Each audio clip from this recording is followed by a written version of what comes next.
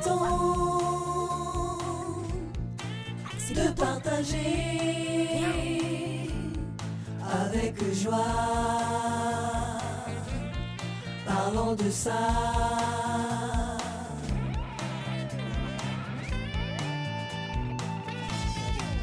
Et bienvenue à tous, Caribou. Voilà, bonjour à tous, Caribou, bienvenue dans cette tranche de témoignage. Aujourd'hui, nous avons la joie et le privilège de recevoir ici à Montréal Mercis Kalinga. Certainement, vous avez entendu parler de lui. On l'a reçu dernièrement au concert Gospel Harmony. Alors, pour nous, c'est une joie aujourd'hui de le recevoir. Bienvenue parmi nous, Mercis. Merci beaucoup pour m'avoir. Comment vas-tu? Bien, par la grâce de Dieu, vous? Oui, ça va très bien. Alors, aujourd'hui, Mercis, rapidement là, je sais que tu es très occupé. On a le concert de Maman Sandra Mbouy qui est là. Alors, rapidement, qui est Mercis? Ceux qui te voient aujourd'hui pour la première fois, qui est Mercis Kalinga? Bon, Mercis Kalinga, c'est un serviteur de Dieu. Tu vois, moi, je sers Dieu dans tout fort. Donc, soit c'est dans l'adoration, la louange, la musique, soit c'est pour prêcher, évangéliser. Ça c'est vraiment moi. Donc, si vraiment vous devez me décrire, c'est juste un serviteur de Dieu. Un serviteur de Dieu. Alors, très souvent, Mercis, on voit tu es fils de pasteur, ça il faut le dire. Mais quand est-ce que vient cet appel en tant que Mercis Kalinga, serviteur de Dieu? Parce qu'on est fils de pasteur, hein? Très souvent les parents vont nous amener à l'église déjà depuis qu'on est enfant. Mais quand est-ce que Mercis se distingue de l'appel, dans son appel personnel? Parce que ce n'est pas juste les parents. Aujourd'hui, c'est Mercis, enfant de Dieu. Comment se fait cet appel-là aujourd'hui en tant que serviteur de Dieu? Parce que Mercis, il y a beaucoup de jeunes qui t'écoutent. Hein? Alors, qu'est-ce que tu peux leur dire aujourd'hui, surtout les enfants de pasteurs aujourd'hui? Ouais, donc moi, j'aimerais vraiment dire apprendre comment développer une relation personnelle avec Dieu. Ne dépend pas vraiment de tes parents, de tes amis, ou bien baser ta relation à travers les relations que tu as avec d'autres gens. Donc vraiment avoir une connexion avec Dieu qui est personnelle. Tu vois, parce qu'on peut parler de Dieu sans avoir une relation personnelle avec lui. Soit apprendre d'abord à les connaître personnellement. Donc lorsque ça vient à mon ministère, j'ai dû apprendre à connaître Dieu personnellement. Après tout le reste est venu après. C'est venu après. Mais c'est bien ça, parce que c'est pas juste papa et maman qui nous amènent à l'église. À un moment donné, il faut distinguer nos appels. Et aujourd'hui, tu es dans la musique. On a vraiment été content de t'avoir avec nous à Sorel. Merci beaucoup. Mais qu'est-ce qui t'a inspiré? Il y a beaucoup d'autres choses à faire. Pourquoi la musique? Qu'est-ce qui t'a inspiré dans la musique? Qu'est-ce que tu retrouves dans la musique? Quelle est ta passion de chanter? Donc, normalement, Dieu va utiliser un talent qu'une personne a pour pouvoir les rentrer peut-être dans son ministère. Tu vois, un talent peut être une porte ouverte à pouvoir évangéliser à d'autres gens. Donc moi, c'est déjà que la musique, c'est quelque chose que j'avais depuis que j'étais jeune. Maintenant, la question, c'est comment utiliser la musique pour apporter les gens vers Christ. Ça peut être n'importe quoi. Tu peux être un bon parleur, tu peux être un bon joueur de foot, un bon musicien. Si tu utilises ces talents-là pour apporter les gens à Christ, c'est lorsque ça devient vraiment quelque chose de valeur. Donc vraiment apprendre à connaître tes talents.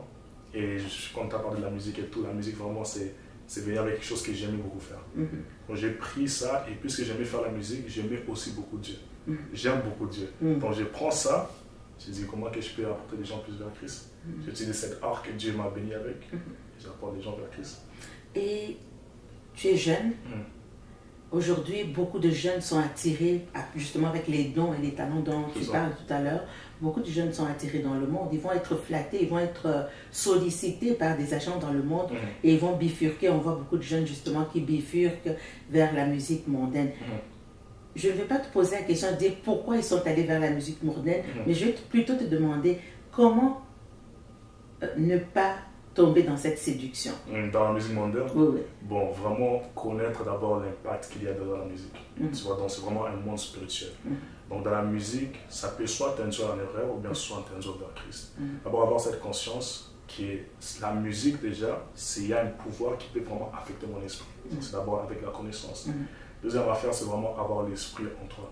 Tu vois, une affaire, c'est que lorsque j'étais plus jeune, je me demandais souvent en grandissant, il y a une habitude que j'ai, que j'essaie de peut-être enlever en moi parce que plus tard je sais que je prêchais. Lorsque je prêchais, est-ce qu'il y a cette parole qui va sortir de ma bouche? Est-ce qu'il y a ça qui va... Donc j'essaie de faire des choses par ma propre force. La parole de Dieu nous montre que ce n'est pas par ta force ni par la puissance, mais c'est par l'Esprit de Dieu. Donc l'Esprit de Dieu, c'est ça vraiment qui peut venir et te dégoûter de certaines habitudes que tu as, afin que tu ne puisses pas tomber dans ça. Donc moi, lorsque tu as l'Esprit de Dieu en toi, donc n'importe quoi, si c'est la musique séculaire, n'importe quelle sorte de pratique qu'il y a dans ta vie, que je trouve que ça ne glorifie pas Dieu, l'Esprit de Dieu va te dégoûter de ça et va t'éloigner de tomber encore dans ce même piège. Donc c'est une vie de consécration, tout simplement. C'est ça. Aimer Dieu de tout son cœur. C'est ça. Alors, comment est-ce que tu as des témoignages aujourd'hui, ça fait plusieurs années que tu chantes, des témoignages de la manière dont ta musique a influencé, a impacté les jeunes autour de toi? Est-ce que tu as des témoignages concrets là? Bon, j'aimerais d'abord parler, si je donnerais un témoignage, ce sera vraiment sur mon premier son. Dans mon premier son, c'était une chanson qui s'appelait Les gars où tu m'as changé. Et je me rappelle lorsque je devais sortir cette chanson, j'étais vraiment stressé, tu vois, j'étais pas trop sûr de si c'est où Dieu voulait m'apporter. Donc là, j'ai pris un mois en prière. J'ai commencé à prier pendant un mois, pas pour avoir vraiment un grand impact, mais d'abord pour que l'Esprit de Dieu puisse être dans la musique. La deuxième affaire que j'ai prié pour, c'est que ça puisse au moins impacter une personne. Je n'aimerais pas sortir une chanson sans que ça puisse avoir aucun impact, au moins avec la transformation de la vie de quelqu'un. Tu vois, donc j'ai prié pour ça pendant un mois. Et je me rappelle lorsque, plus près de la sortie de la chanson, je me rappelle, il y avait beaucoup d'attaques. Okay, donc il y avait beaucoup d'attaques spirituelles et beaucoup d'attaques physiques. Ça veut dire soit on perd les vidéos de la chanson, soit la musique ne fonctionne pas, soit l'ordinateur se brise, toutes sortes d'attaques. Là je me dis, mais Dieu, j'ai prié pendant un mois, comment ça les attaques viennent dans quelques jours avant la sortie de la chanson? Ça c'est lorsque Dieu a commencé à apprendre beaucoup de choses. Dieu dit, la persévérance c'est quelque chose qui est vraiment important, tu vois, parce que même lorsqu'on parle des dons ou bien lorsqu'on parle des prophéties, tu vois, il y a certains gens qui ne touchent pas leur prophétie parce qu'ils essaient de rentrer dans leur propre temps. Mais il faut respecter le temps de Dieu. Parce que peut-être lorsqu'il y a des combats maintenant, c'est demain que ta bénédiction va venir. C'est demain que ton prophétie va s'accomplir. Ta prophétie va s'accomplir. Maintenant, je suis là, je me dis, mais il reste 2 jours avant que la chanson sorte. Même la journée où la chanson devait sortir, tout ça s'est arrêté. Les gens sont là dans la maison, ils attendent que la chanson sorte. 1 minute avant que la chanson sorte, elle n'est pas sortie. 2 minutes, 3 minutes, 30 minutes, c'est là. Ah, Dieu. Là, on fait comment? Tu vois? Du coup, improvisation. Imagine que tu as planifié du début du mois jusqu'à la fin du mois, mais tu as pris quelque chose qui n'avait complètement pas rapport. Tu prends ton téléphone, tu es venu avec filmer de la caméra, tu prends un téléphone pour filmer une vidéo, tu mets ça ensemble, tu sors. Moi, quand je t'ai dit l'impact qui a été fait à travers ces chansons, c'était pas seulement motivant, mais c'est comme gloire à Dieu. Seul Dieu sait comment il a fait les choses. Quel est l'enseignement que tu tires de ça? La persévérance. Comme j'ai dit, la persévérance est vraiment juste, comment je dis en anglais, trust in God. Avoir confiance en Dieu. Dans tout ce que tu fais, juste avoir confiance en Dieu. Et même lorsque les choses ne vont pas bien, je donne normalement l'exemple de Job. Même lorsque tu commences à perdre des choses, juste aie confiance en Dieu. C'est Dieu qui va avoir la victoire à la fin. Tout à l'heure, tu parlais du chant qui a un impact, autant un mauvais impact qu'un bon impact. Explique un peu du point de vue spirituel, parce que plusieurs vont dans des chants séculiers, et dans ces chants séculiers, il y a un impact également à cette musique-là. Est-ce que tu peux expliquer pour les gens aujourd'hui qui nous écoutent, quel est l'impact spirituel d'un chant séculier et l'impact spirituel sur l'âme d'une personne d'un chant chrétien, un chant inspiré par l'Esprit de Dieu? Le problème, tout ce qui est physique est d'abord spirituel. Ça veut dire, tout ce que tu ressens physiquement, c'est quelque chose qui a déjà été formé spirituellement. Je ne sais pas si tu as déjà vu, mais il y a certains concerts ou bien en musique, et lorsque les gens entendent, il devient genre, leur comportement physique commence à changer. Tu vois, c'est à cause qu'il y a quelque chose spirituellement qui est en train d'être planté en toi, que peut-être tu ne comprends pas, mais avec le temps, tu vas voir l'effet de la musique que tu es en train d'entendre. Je te donne un exemple, comme un exemple même plus régulier qu'on voit souvent, la jeunesse. Tu vois, là, ils sont en train de vivre une vie, comment je dis, gangster, ou bien une vie, ils sont en train d'aller vers la drogue, ils sont en train de faire certaines pratiques. Ça a commencé avec la musique. Ça a commencé avec l'influence de la musique parce que c'est comme si tu es en train de manger quelque chose, tu es en train d'avaler quelque chose. Ça te nourrit. Et plus que tu nourris de cette affaire-là, plus que tu vas voir, ça devient dans tes habitudes. So, pour dire l'effet de la musique, ça commence d'abord par entendre. Tu les mets en toi. Qu'est-ce que tu entends? Exactement. Quel est le message? Parce que chacun nous a un message. Oui. C'est presque tout. Même lorsque c'est que tu vois la télévision, c'est que tu entends, c'est que tu parles, tout ça a un effet spirituel. Donc avec la musique, tu es en train de manger quelque chose. Ça te feed, it's feeding your soul. Jusqu'à un point où, un jour, tu vas se voir que les choses n'avancent pas dans ta vie. Pourquoi? C'est à cause que la musique là que tu entendais. Mais c'est ça l'effet dans la musique, c'est ça l'effet spirituel que la musique a. Mais ça va plus loin, ça, merci si tu en parles, parce que ça va même au point où il y a des messages qui sont subliminaux. Parle-nous un peu des messages subliminaux, un message qui peut insister, en fait, à première vue, il a l'air d'être bon, la chanson a l'air d'être bonne, mais pourtant il y a un message subliminal derrière. Même les artistes, lorsqu'ils travaillent, il y a certaines choses qui sont codées. Tu vois, ils peuvent dire un mot qui n'est pas vraiment les mots que tu entends. Donc, comme tu as dit, première vue, c'est comme, oh, il a dit ça. Mais eux, ils savent, même les gens qui chantent dans la musique mondiale et tout, ils savent que, ok, lorsqu'eux, ils vont dire ça, ça peut être une incantation qu'ils auront dans leur vie. Tu prononces quelque chose, mais tu le prononces dans ta vie. Après, avec du temps, tu vas voir, comme j'ai dit, l'effet va venir. Donc, vraiment faire attention à la musique que tu entends et avoir les discernements. Ce n'est pas toute musique qui est bonne. Même la musique qui te semble bonne, ça peut être aussi chrétien, ça peut être séculaire. Il y a des gens qui vont dans la musique chrétienne, mais qui ont des gens. Absolument. Parce que je vais revenir aussi avec ça, c'est un peu le phénomène que nous vivons. C'est-à-dire que même en tant que chrétien, on peut amener une musique qui finalement n'édifie pas l'âme. C'est ça.